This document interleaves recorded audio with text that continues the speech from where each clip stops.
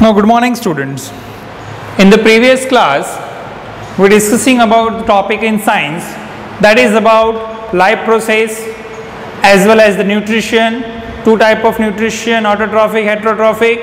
Heterotrophic also having a three modes: saprophytic, parasitic, and holozoic.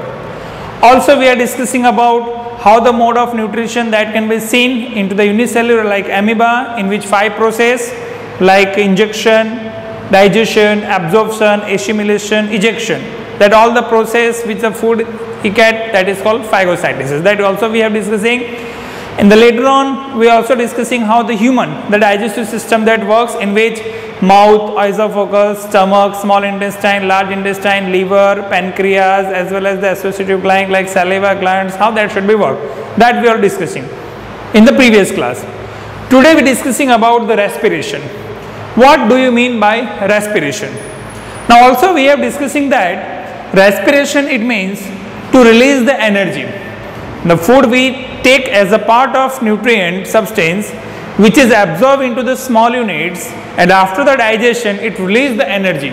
So releasing of energy, that is called as a respiration. Okay. Now also we are discussing about the cellular respiration. If the respiration that can be take place through the cell, it is called cellular respiration. अगर cells के through energy का absorption या release होता है तो उसको हम cellular respiration कहते हैं. Now respiration having the two modes. Respiration के दो modes होते हैं. One is called aerobic respiration. One is called aerobic respiration. एक होता है anaerobic respiration. Two types are there. Aerobic respiration and anaerobic respiration. Now first we are discussing about the aerobic respiration. What do you mean by aerobic respiration?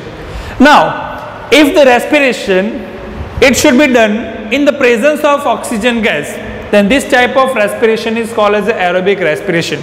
अगर हमारे body के अंदर जो energy का realisation होता है सेल के अंदर, अगर वो ऑक्सीजन के प्रेजेंस में हो रहा है तो उसको हम एरोबिक रेस्पिरेशन कहते हैं. And if this type of aerobic respiration that should be present through the oxygen gas in our cell, it is also saying that it is a cellular respiration. तो उसको हम cellular respiration में भी consider करते हैं. The aerobic respiration, it should be always be presence into the oxygen which is also done in our cells, so it is also known as a cellular respiration. अभी aerobic respiration के अंदर हम देखते हैं कि oxygen का presence ज़रूरी है. जैसे हमारे बॉडी के अंदर हम देखते हैं कि बहुत सारे ऐसे ऑर्गन्स हैं जो ऑक्सीजन का यूज़ करते हैं. हमारा सेल जो है ऑक्सीजन का यूज़ करता है और उसके थ्रू एनर्जी को रिलीज करता है, तो एरोबिक रेस्पिरेशन हो गया. तो एरोबिक रेस्पिरेशन जो है उसकी जो स्पीड होती है वो काफ़ी फास्ट होती है, क्योंकि उसका जो डिफ्यूजन रेट है वो काफ़ी फास्ट है, वो अलग अलग सेल्स के अंदर मूव करता है. So how the aerobic respiration that can B work. अभी एरोबिक रेस्पिरेशन, जैसे अभी आप फूड यूज़ करते हैं, फूड के अंदर क्या होता है, कार्बोहाइड्रेट जो कि इसमें कन्वर्टेड होता है ग्लूकोज के अंदर.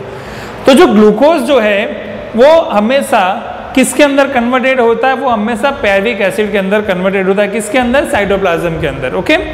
तो ये जो ग्लूकोज जो है वो साइटोप्लाज्म के थ्रू कहाँ पे कन्वर्टेड होता है, पैरविक एसिड के अंदर. और पैरविक एसिड जो है प्रेजेंस ऑफ ऑक्सीजन मिटोकॉन्ड्रिया के अंदर किसमें कन्वर्टेड होता है, ऑक्सीजन, कार्बन डाइऑक्साइड और एनर्जी के फॉर्म में.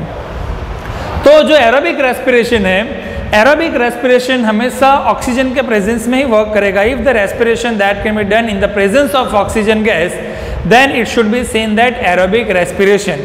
एंड एरोबिक रेस्पिरेशन का जो एनर्जी का जो फॉर्मेशन है वो काफ़ी हाई है, क्योंकि डिफ्यूजन जो है हमारे सेल के अंदर वो काफ़ी फास्ट होता है. उसके अलावा at the term of end of the product of aerobic respiration, जिसमें कार्बन डाइऑक्साइड गैस है, उसके अलावा हम देखते हैं कि जो फॉर्मेशन है उसका वाटर का और एनर्जी के फॉर्मेशन में उसको रिलीज करता है. So carbon dioxide, water and energy, that is the end product of aerobic respiration. Now aerobic respiration कैसे वर्क करता है वो हम देखते हैं. सबसे पहला जो होता है ग्लूकोज. ग्लूकोज जो होता है as a formation of food, जो आप फूड यूज करते हैं ना, वो carbohydrate as a formation of food होता है, जो ग्लूकोज का फॉर्मेशन होता है. ग्लूकोज में से वह साइटोप्लाज्म के अंदर, इन साइटोप्लाज्म, साइटोप्लाज्म के अंदर ये जो ग्लूकोज है वो कन्वर्टेड होता है पैरविक एसिड के अंदर, पैरविक एसिड. ठीक है. ग्लूकोज जो है इन द प्रेजेंस इन साइटोप्लाज्म के अंदर किसमें कन्वर्टेड होता है, पैरविक एसिड के अंदर. और पैरविक एसिड जो प्रेजेंस ऑफ ऑक्सीजन होता है, प्रेजेंस O2, ठीक है, किसमें कन्वर्टेड होता है 6 time of CO2 plus 6 time of H2O plus ATP, energy के फॉर्मेशन में वो कन्वर्टेड होता है। किसके अंदर कन्वर्टेड होता है? मिटोकॉन्ड्रिया के अंदर कन्वर्टेड होता है, ठीक है, mitochondria. So this is called as aerobic respiration. Aerobic respiration जो हमारे सेल्स होते हैं, मसल सेल्स हमारे बॉडी के अंदर, ठीक है, मसल सेल्स के अंदर मोस्ट ऑफली एरोबिक रेस्पिरेशन हमें देखने को मिलता है। So aerobic respiration, it is a part of the respiration which generally done in the presence of oxygen gas, so it is called as aerobic respiration. If this type of respiration is done through our cells, so it is also known as a cellular respiration. Now the diffusion rate of this aerobic respiration is very high, and it should be generally, and the end product of this aerobic respiration is carbon dioxide, water and ATP, that is a part of energy, that is called as energy. So that should be how this type of processes that can be done in aerobic respiration. Glucose that should be converted into the pyruvic acid in the cytoplasm. The pyruvic acid in the presence of oxygen with the in mitochondria, which converted CO2, H2O and energy. So that is called as the aerobic respiration.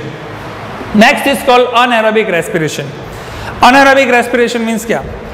If the respiration is taken place in the absence of oxygen gas, so that is called as the anaerobic respiration. If the respiration in our body that can be taken place absence of oxygen, यहाँ पे क्या था aerobic में? Presence of oxygen था, यहाँ पे absence of oxygen के अंदर जो रेस्पिरेशन होता है एब्सेंस ऑफ ऑक्सीजन में, वो अनएरोबिक रेस्पिरेशन होता है। जैसे फंगस है, बैक्टीरिया है, ईस्ट है, ऐसे सारे जो ऑर्गेनिजम्स होते हैं विच इज जनरली प्रोवाइड और done the respiration absence of oxygen, so they are the anaerobic respiration. Anaerobic respiration का डिफ्यूजन रेट क्या होता है? काफ़ी स्लो होता है, that should be a slow in a diffusion rate. So anaerobic respiration जो है वो जनरली हम देखते हैं कि कैसे उसमें मूव करता है। तो अनएरोबिक रेस्पिरेशन दो तरीके के होते हैं, एक तो एनिमल सेल्स के अंदर और एक प्लांट्स के अंदर, ठीक है। प्लांट्स के अंदर अनएरोबिक रेस्पिरेशन और एनिमल्स के अंदर अनएरोबिक रेस्पिरेशन दोनों अलग अलग है। प्लांट्स के अंदर अगर अनएरोबिक रेस्पिरेशन होता है तो वो इथेनॉल में कन्वर्ट होता है, जबकि अगर वो एनिमल सेल के अंदर होता है तो वो लैक्टिक एसिड के अंदर कन्वर्टेड होता है। अनएरोबिक रेस्पिरेशन में दो होते हैं, एक होता है प्लांट्स और दूसरे होते हैं एनिमल्स, ठीक है, animal cell. So anaerobic respiration that should be absence of oxygen which is happen into the plants and animal cell. Plant के अंदर अगर आप उसको देखेंगे तो जो ग्लूकोज होता है, ग्लूकोज कन्वर्टेड तो होगा पैरविक एसिड के अंदर, पैरविक एसिड, और वो किस में कन्वर्ट हो जाता है? इथेनॉल में कन्वर्टेड होता है, ethanol plus ATP, right. So if the anaerobic respiration that can be done into the plants, तो ग्लूकोज पैरविक एसिड के अंदर कॉमन है और इथेनॉल में कन्वर्टेड होता है एब्सेंस ऑफ O2। यहाँ पे ऑक्सीजन का क्या होगा? एब्सेंस होगा। तो oxygen is not present, so it should be converted into the ethanol. ये भी साइटोप्लाज्म के अंदर ही होता है, जैसे ये साइटोप्लाज्म के अंदर होता है, ये भी साइटोप्लाज्म के अंदर ही होता है। दूसरे एनिमल सेल के अंदर, एनिमल सेल के अंदर अगर हम देखते हैं तो जो ग्लूकोज है, ग्लूकोज साइटोप्लाज्म के अंदर पैरविक एसिड के अंदर कन्वर्ट होगा, और पैरविक एसिड किस में कन्वर्टेड होता है? वो लैक्टिक एसिड के अंदर कन्वर्टेड होता है, लैक्टिक एसिड, ठीक है, प्लस ATP यानी energy. So that is called anaerobic respiration. तो if the respiration that can be done absence of oxygen, that is called anaerobic respiration. और अनएरोबिक रेस्पिरेशन में दो फॉर्मेशन होते हैं, एक प्लांट्स के अंदर, एक एनिमल सेल के अंदर। प्लांट्स के अंदर अगर अनएरोबिक रेस्पिरेशन है तो ग्लूकोज जो है पैरविक एसिड में, pyruvic acid ethanol plus ATP में कन्वर्ट होगा, जबकि एनिमल सेल के अंदर अगर एनारोबिक रेस्पिरेशन है तो ग्लूकोज पैरविक एसिड के अंदर, और वो किस में कन्वर्ट होगा? लैक्टिक एसिड के अंदर। तो अगर हम दोनों का डिफरेंस देखें, what is the difference between aerobic और अनएरोबिक? तो aerobic respiration always be done in the presence of oxygen, anaerobic respiration जो है that should be done into the absence of oxygen. Aerobic respiration के लिए हम देखते हैं कि वो साइटोप्लाज्म्स और जो मिटोकॉन्ड्रिया उसका यूज करते हैं, जबकि अनएरोबिक रेस्पिरेशन साइटोप्लाज्म्स का यूज करता है। डिफ्यूजन रेट अनएरोबिक रेस्पिरेशन का काफ़ी लो है, जबकि एरोबिक रेस्पिरेशन का काफ़ी हाई है। एंड ऑफ द प्रोडक्ट जो एरोबिक रेस्पिरेशन का है वो कार्बन डाइऑक्साइड, वाटर और एनर्जी है, जबकि and product of anaerobic respiration ethanol, lactic acid और एनर्जी है। That is generally a part of respiration. Now ये तो रेस्पिरेशन की बात हो गई। तो अभी रेस्पिरेशन जो है वह कैसे होता, how the respiration that can be done into the animals, plants and humans, उसके अंदर हम डिस्कशन करते हैं। पहला हम डिस्कशन करते हैं how the respiration that can be taken into the plants. Plants के अंदर कैसे रेस्पिरेशन होता है, इतना क्लियर हो गया। What do you mean by the respiration? दो तरीके के, एरोबिक और अनएरोबिक। अभी रेस्पिरेशन जो हम डिस्कशन करेंगे वो हम प्लांट के अंदर डिस्कशन करेंगे, how the respiration that can be taken place into the plants. Plants के अंदर जो रेस्पिरेशन है ना, प्लांट्स के अंदर जो हम देखते हैं कि plants having the different type of their organ, जिसमें रूट, स्टीम और लीव्स, ये तीन मेन ऑर्गन पे हम डिस्कशन करते हैं। तो respiration in plants, respiration in plants, उसके बारे में डिस्कशन करते हैं। नाउ फर्स्ट ऑफ ऑल, तो रेस्पिरेशन यानी कि the releasing of energy. So plants के अंदर जो रेस्पिरेशन है वो कैसे होता है, how the respiration that can be taken place into the plants, और उसके बाद उसका एक्सप्रेशन के बारे में बात करेंगे। फिर हम ह्यूमन का रेस्पिरेशन और एक्सप्रेशन पे डिस्कशन करेंगे। ना प्लांट्स के अंदर हम देखते हैं, प्लांट्स के अंदर रेस्पिरेशन यानी प्लांट जैसे हमारे बॉडी के अंदर जैसे स्पेसिफिक ऑर्गन है, the specific organ in our body like lungs, lungs के थ्रू हम रेस्पायर करते हैं।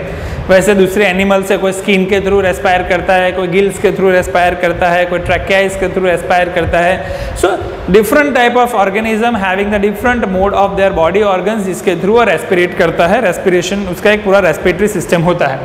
प्लांट्स के बारे में डिस्कशन करते हैं, फिर बाद में हम दूसरे एनिमल्स का डिस्कशन करेंगे। The respiration in having the plants having the three different modes, तीन अलग अलग तरीके से प्लांट जो है रेस्पिरेट करता है। The respiration in plants having the individual modes, जिसमें रूट्स के थ्रू रेस्पायर करता है, स्टीम्स के थ्रू रेस्पिरेट करता है और लीव्स के थ्रू रेस्पिरेट करता है। तीन फॉर्मेशन होते हैं, पहला वो रूट्स के थ्रू रेस्पायर करेगा, दूसरा स्टीम के थ्रू रेस्पिरेट करेगा और तीसरा जो है वो लीव्स के थ्रू रेस्पिरेट करता है।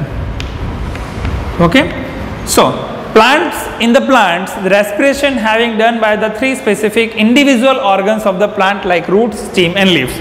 All these three organs having the perform independently their respiratory system, in which first we discussing about the root, how the root that can be respirate.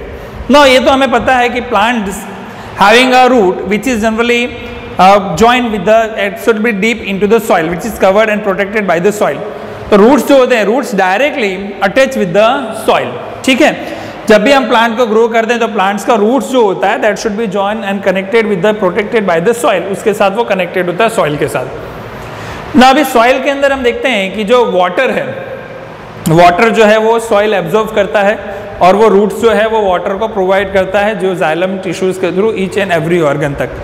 तो रूट के अंदर ऐसा क्या है कि जो इस तरह के सिस्टम को एब्जॉर्ब करते हैं। तो ये जो सॉइल जो है वो पूरा का पूरा रूट के साथ कवर्ड होता है ना, तो रूट के अंदर एक सेल होता है जिसको एपिडेमिक सेल कहते हैं, जिसको रूट हेयर्स कहते हैं। जनरली आप देखो रूट का जो फॉर्मेशन होता है, ऐसे रूट्स जो बने हुए रहते हैं, ये रूट्स के अंदर ऐसे छोटे छोटे हेयर्स होते हैं। ठीक है, ये जो होता है रूट हेयर्स कहते हैं उसको, रूट हेयर्स। ये रूट हेयर्स जो होते हैं ना वो सॉइल पार्टिकल के साथ जुड़े हुए रहते हैं। The root hairs having the space in the formation of soil, जो रूट्स जो होते हैं प्लांट्स के वो सॉइल के साथ जुड़े हुए रहते हैं और वो रूट के अंदर छोटे छोटे एपिडेमिक सेल्स जिसको हम रूट हेयर्स कहते हैं वो होते हैं और उनके बीच में थोड़ी सी स्पेस होती है जो कवर्ड होता है पूरा का पूरा वो सॉइल से। तो वो पूरा का पूरा क्या होता है, उनके बीच में थोड़ी सी स्पेस होती है, like intercellular space between the root hairs. तो वो रूट हेयर्स क्या करेंगे, वो ऑक्सीजन का उसमें से यूज करेंगे, जो सॉइल पार्टिकल्स के बीच में जो ऑक्सीजन है उस ऑक्सीजन का वो यूज करेंगे और बाय द डिफ्यूजन मेथड वो एब्जॉर्व करके क्या करेंगे, प्लांट के अलग अलग ऑर्गन तक उसको मूव करेंगे। तो रूट्स जो होते हैं ऐसे ऑक्सीजन का यूज करते हैं रेस्पिरेटरी सिस्टम के लिए। सिमिलरली कार्बन डाइऑक्साइड गैस जब उनको इजेक्ट करना होता है आपके बॉडी के अंदर से, तो भी वह इस रूट हेयर्स के थ्रू क्या करते हैं, डिफ्यूज करते हैं सॉइल पार्टिकल्स के अंदर और उसके बाद वो CO2 को रिलीज करते हैं। So that is generally called as a respiration in the plants through the roots. फिर से root are directly connected with the soil and that soil having the roots of specific cell that is called epidemic cells, जिसको root hairs कहते हैं, which having the space between the soil particles that should be absorb the oxygen gas from that soil particles and that can be diffused by the diffusion method into the plant's different organs. Now similarly carbon dioxide gas is also ejected from the plants through this method. तो root के through इस तरह से वो respiration करते हैं। दूसरा जो रेस्पिरेशन है वो स्टीम्स का है, स्टीम का रेस्पिरेशन। स्टीम्स जो है हम देखते हैं कि प्लांट्स के ऊपर जो स्टीम्स होते हैं ना, उस पर छोटे छोटे पोर्स होते हैं, और जिसको दूसरे फॉर्मेशन में हम स्टोमेटा का फॉर्मेशन भी ले सकते हैं, स्टोमेटा। तो plants having the stem having specific force their stomata, जिसके थ्रू वो ऑक्सीजन को रेस्पिरेट करते हैं और सिमिलरली CO2 को इजेक्ट करते हैं। बट कितने सारे वुड्स होते हैं ना, काफ़ी कुछ प्लांट्स काफ़ी स्ट्रॉन्ग और वुडी होते हैं, जिसपे इस तरह के स्टीम्स नहीं होते हैं और इससे पोर्स नहीं होते हैं, तो उनके अंदर लेंटिकल्स होते हैं। लेंटिकल्स के थ्रू वो रेस्पायर करते हैं। वो लेंटिकल्स के थ्रू क्या करते हैं, रेस्पिरेट करते हैं by the method of diffusion. Diffusion method से ही गैसेस ऑफ एक्सचेंज जो है वो स्टीम के अंदर देखने को मिलता है। तीसरा है लीव्स। लीव्स के बारे में पता है कि लीव्स पे छोटे छोटे पोर्स होते हैं, जो पोर्स क्या होते हैं, स्टोमेटा होते हैं, और इस पोर्स को कौन गार्ड करता है, प्रोटेक्ट करता है, गार्ड सेल्स प्रोटेक्ट करते हैं, ठीक है। तो लीव्स पे जो छोटे छोटे पोर्स होते हैं, जिसको हम स्टोमेटा कहते हैं, जिसको ओपनिंग स्टोमेटा, क्लोजिंग स्टोमेटा, जो गार्ड सेल्स प्रोटेक्ट करते हैं। तो एटमॉस्फेयर के अंदर जो कार्बन डाइऑक्साइड गैस है, क्योंकि डे टाइम के अंदर क्या होता है, ये लीव्स जो होते हैं वो फोटोसिंथेसिस प्रोसेस को परफॉर्म करते हैं, क्योंकि सनलाइट अवेलेबल है। At the presence of sunlight into day time, leaves generally perform the photosynthesis process in which they use the carbon dioxide gas, ठीक है। तो एटमॉस्फेयर के अंदर जो कार्बन डाइऑक्साइड गैस है, the carbon dioxide gas which is available into the atmosphere, that is directly diffused by the leaves through the stomata into the plants, उसको diffuse करते हैं। And similarly O2 gas that should B exhaled by that pores of stomata to outside the atmosphere, तो CO2 O2 को maintain रखते हैं। Now what about in the night time? Night time के अंदर they use the oxygen और रेस्पिरेट के लिए जो रिलीज करेंगे वो क्या होगा, carbon dioxide by the method of diffusion। तो that is generally called as a respiration process। तो रेस्पिरेशन जो प्लांट्स के अंदर है वो तीन तरीके से होता है, रूट से होता है, stems and leaves. All these organs have performed independently their respiratory part। Roots अलग तरीके से रेस्पिरेट करके अलग अलग ऑर्गन तक भेजेगा, सिमिलरली स्टीम भी वैसे ही रेस्पिरेट करेगा और लीव्स भी ऐसे ही रेस्पिरेट करके भेजेंगे। तो that is respiration in plants. तो एनिमल्स का रेस्पिरेशन क्या है, एनिमल्स का रेस्पिरेशन के बारे में हम डिस्कशन करें तो प्लांट्स के अंदर हुआ, एनिमल्स के अंदर how the respiration that can be done. Animals की अगर हम बात करें तो respiration that can be done into the animals that should be different form, because different type of animals have the different type of their body structure according what they have to be adopted and which environment they have to be lived. So different type of their body structure, different type of their adaptations, different type of their cell structure, according to that they have the different method of the respiration. Each and every animal having the different method of respiration. Like for example, if we seen that like the aquatics animals, aquatics animals have a specific formation like gills, like fish, crab, prawns, there should be a gills. Through that gills they use the dissolved oxygen which is available into the water, they generally respirate through the gills. Similarly like earthworms and this type of formations like tracheas, the formation of they most ofly respirate through their skin के through वो रेस्पिरेट करते हैं। Like other mammals and the other organism like humans and formation, they generally respirate through the lungs. So each and every animals have the different mode of the respiratory, कोई skin के साथ रेस्पिरेट करता है, कोई lungs के साथ रेस्पिरेट करता है, कोई gills के साथ रेस्पिरेट करता है, कोई tracheas के साथ रेस्पिरेट करता है। So different type of animals have a different mode of their respiration. So अब ये दोनों का अगर हमें डिस्कशन करना है कि what is the difference between respiration in plants and what is the difference between in respiration in animals। देखो प्लांट्स का रेस्पिरेशन जो है that should be done independently by the different organs of a plant, like root, stems, leaves अपना अलग अलग independently वो रेस्पिरेट करते हैं। रेस्पिरेशन रेट जो है प्लांट्स का वो काफ़ी स्लो है, एक पार्ट ऑफ बॉडी से दूसरे पार्ट तक बॉडी जाने में that will take some time, उसके बाद वो डिफ्यूज करते हैं। The rate of diffusion of the gases of exchange in plants are very low. Similarly animals के अंदर आप देखो तो they have a specific organ जिसके थ्रू रेस्पिरेट करते हैं और इसका डिफ्यूजन रेट भी क्या होता है, काफ़ी हाई होता है। तो that today we discussing about the respiration topic कि what do you mean by the respiration, what are the modes of respiration in which aerobic respiration and anaerobic respiration. Also discussing about the anaerobic respiration that can be taken place in animals and as well as animal cells and plants, different mode of the anaerobic respiration. Also we discussing how the respiration that can be taken place into the plants and animals. That is most of it about the respiration. Now after the respiration that should be done, next we discussing about how the respiration that can be taken place into the humans, like respiratory system. Now that is the important question, respiratory in humans. Just I'll give the overview in detail, we discussing on the tomorrow lecture. Just I'll discuss slight overview of what is called respiration in human. Like before we discussing about the digestion system in humans, which involves the different type of organ, associative glands and alimentary canal, all that entire process which mixed and create a specific formation of the digestion system. But what about the respiratory system? Now respiration in humans, they have a specific organ like lungs. Okay, they can be respirated and gases of action that should be done. But only lungs is not responsible. Different type of organ which is associated to make a gases of exchange, like O2 that is diffused in our body, similarly CO2 which is released out from our body, which is generally done by the specific organ. So respiratory organ in humans which involve different organs like nostril, nasal cavity, pharynx, then larynx, then bronchi and then alveoli.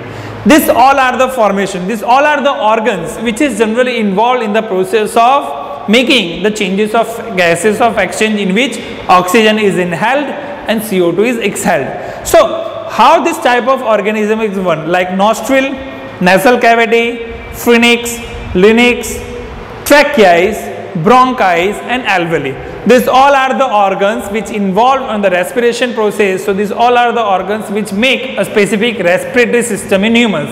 As well as there is also we seen that like our diaphragm that moves up and diaphragm that moves down. How this process like O2 is inhaled and CO2 is exhaled, that is also in the process of diaphragm that moves up and moves down. This topic we'll discuss tomorrow, how the respiration that can be done into the human, in which different type of organs like nostril, nasal cavity, pharynx, larynx, trachea, bronchi, alveoli, as well as the diaphragm, which all involves in a specific functions to perform for the respiratory in humans. So today what we discussing about? Today only we discussing about the respiration, mode of respiration, how the respiration that can be taken place into the plants and how the respiration taken place into the animals. Now difference between the respiration in plants and animals. So today we are discussing about, till now, tomorrow we are discussing about the respiration, how the respiration that can be taken place into the humans and how the respiratory system that can be worked. Till now, thank you, bye.